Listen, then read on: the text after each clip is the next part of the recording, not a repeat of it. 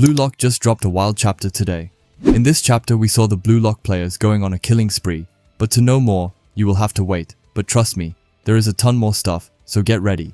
Alright, so starting off this chapter, also called Breakthrough Shot, we get right into it as we see Aiku, who in the final page of the last chapter got the ball, but it doesn't stay with him for very long, as he then right here, sends it flying away past two of the England defenders, leaving them completely dumbfounded.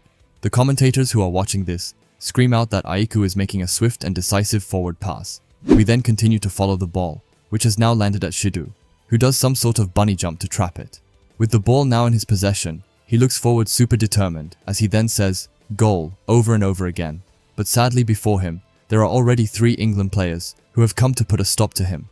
We firstly have the cat guy who is just saying Nyan again, and we then have another one who tells Shido that this right here is the end of the line. Shido, however, doesn't seem fazed by them in the slightest as he passes the ball to his right while telling them to just try it and calls them egoless freaks, which, calling someone else a freak, seems a bit like friendly fire. Anyway, the ball goes towards Hayori, who also looks extremely locked in and determined. He looks forward and tells them that it's time to disperse, calling out to the strikers, and with that, we see both Yukimiya and Zantetsu start to turn up their engines. It's not only them either, as Shido isn't out of the picture just yet, as he also runs forward while screaming at them to go, and that it's a cell division. Henri from the benches sees this going down, and she confidently explains that this is their new formation, which honestly is one of my personal favorite formations so far. Anyhow, Henri continues to explain, as she thinks that the basic plan is to give Shido the ball near the goal box, so he can score however he likes. But thanks to Hiyori's support, they can now create other options, since their 2 wingers and Shido are attacking from 3 points. On top of all that, they also have Karasu, who is acting as the anchor. He can keep a bird's eye view of things and control the attack, which we see is true since Hayori passed the ball to him. But with that, we get this outright godly panel with a crow holding the chains to Cerberus, whose each head is representing Shido, Zantetsu, and Yukimiya, which later is confirmed by Anri, calling it Blue Lock's new formation and the Cerberus style. But honestly, yeah, this panel is pure greatness. The authors really cooked here. Anyway, after that, we continue with the game, and we see Shido managing to shake off a random defender. Karasu is obviously eyeing this down closely, so he then passes the ball and says that here it goes. However, the ball doesn't reach Shido just yet, since the pass from Karasu was going to Hiyori. Now Hiyori is still locked in, and he tells Shido to come on, as he then manages to flawlessly direct another pass to Shido. And honestly, this pass is looking pretty dope. The spin that it has, and just everything about it are sick.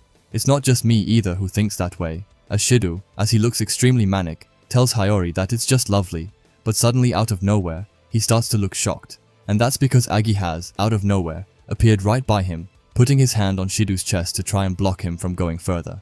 He then looks right towards Shido, while telling him that he is the ace after all. But even then, Agi looks extremely determined, as he tells Shido that his free reign ends here. Shido doesn't seem fazed at all by it, as he just starts to smirk right at Agi, while telling him that he himself is freedom. But before the ball can actually get to either of them, we see Isagi, who has come and snatched away the ball from both of them, kind of like how he used to do in the Neo Egoist League, and that was actually when he became goated for me, so I love seeing this. He tells Shido that this isn't good enough, and Shido gets a bit confused once again. But even then, as Isagi has his metavision out and his puzzle pieces floating from left and right, he then explains that he is the free one.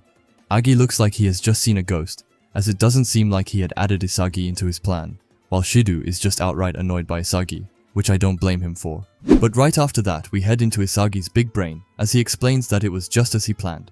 He thinks that England's response to their new formation is creating narrow gaps in their defense, and after Agi tried to force an attack and lost the ball, he predicted that he'd get anxious and stole the ball from his blind spot when he tried to stop Shido. Isagi then looks right ahead at the goalkeeper, as he thinks that since he isn't part of the Karasu system, this is a shot that only he could make. But sadly, just as he fires away the shot, we then see Teddy coming from his right side in a flash and putting his foot in front of the ball and making it bounce right up into the air. Isagi looks like how Agi looked just a second ago, as he looks completely stunned. It has even gone completely dark behind him, as he just says Teddy's name. Teddy, however, looks at him with a cold expression and tells him that he already knows that Isagi is the type to try that, which honestly is a pretty cold line. But Isagi doesn't see it that way, as he is just extremely mad as he looks up at the soaring ball. But even then, he knows very well that England's in disarray, and the person who is going to take advantage of this is none other than Zantetsu, who we can see is once again getting on his marks and firing up his eyes before then, in a flash speed through like a rocket, going past one of the England players in a nanosecond. Another one notes that he is fast. Meanwhile, Rook screams at his team that he is going out. And right under that, we get this actually pretty underrated panel with both Zantetsu and the England goalkeeper going towards the ball while having their entire aura out. Now sadly my heart breaks a little, as Rook seems to be the first one who manages to get to the ball as he then punches it away. Now this truly makes me a bit sad, because it would have been so fun to get Zantetsu the first goal right here, but I guess someone else will finish his job, as we see the ball that Rook punched out. Well, it's not going to an England player, but instead to Yukimiya, who has been waiting for his chance. He tells them that they aren't fine just yet, as he then takes out his predator eyes and tells them to taste his blade, and with that, he makes contact with the ball and fires away his sword screw volley. Now if I'm honest, then this shot is actually insane, like the curve on it is ridiculous.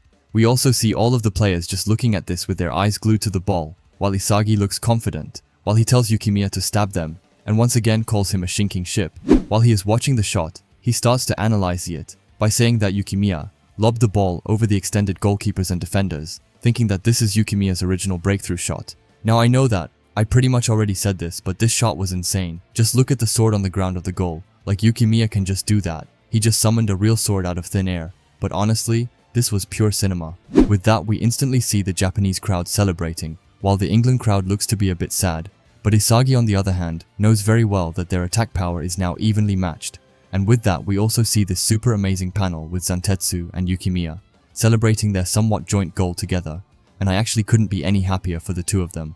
Isagi also looks super happy about it, as he even starts to laugh a bit and says that it's working and that Yukimiya pierced them. However, after that, he gets right into his analytical brain in an instant, as he thinks that this all means that the key to this match will be getting enemy players to bear their egos like before. And he does say that while eyeing Agi down, he then starts to have a little party with his puzzle pieces flying around him, as he thinks that if he uses his eyes and brain to find those distortions and throw their regimented organization into chaos, then this match is theirs, which is so sick, and that plan actually sounds like it would have been flawless, except for one little detail which we will see now as we see Fox getting up from his chair. He calls out to Ego and says that times like this makes him so happy to be a coach. He gets an extremely ugly face like always, and has this smug grin on himself while explaining that if someone's useless, then he can just throw them out. With that, we see him wasting no time as he gets Agi out, and instead gets in someone else. We doesn't know who it is yet, but we do know that he is going to be wearing the number 9. Agi looks pretty sad about this, while Isagi is just stunned, and can't believe that he's substituting already. Meanwhile, Ego, on his side, just calls Fox an annoying old bastard. Now, is it just me that thinks that there's a bit more to what Fox said here?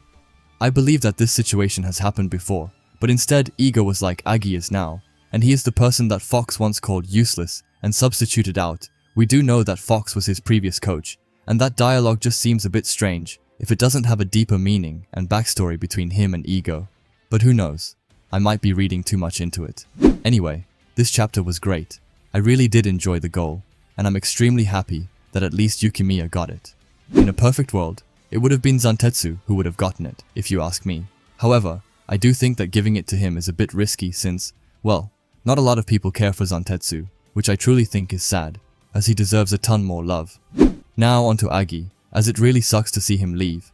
Obviously it makes sense and all of that, but still, I don't care about that.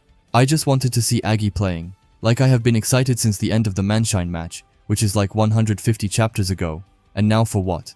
For him to play 4 chapters and then say goodbye. Yeah, I am a bit let down and sad about it. I won't lie, but at least it doesn't seem like it will be a break next week, so that's great at least. Anyway, let me know what you thought about this chapter. I would have given it a 10 out of 10, but due to the Agi disrespect, it will be like a 7 out of 10, sadly. Anyway, if you like Blue Lock and videos like this, then I would highly suggest you subscribe to this channel, and while you are at it, leave a comment and a like.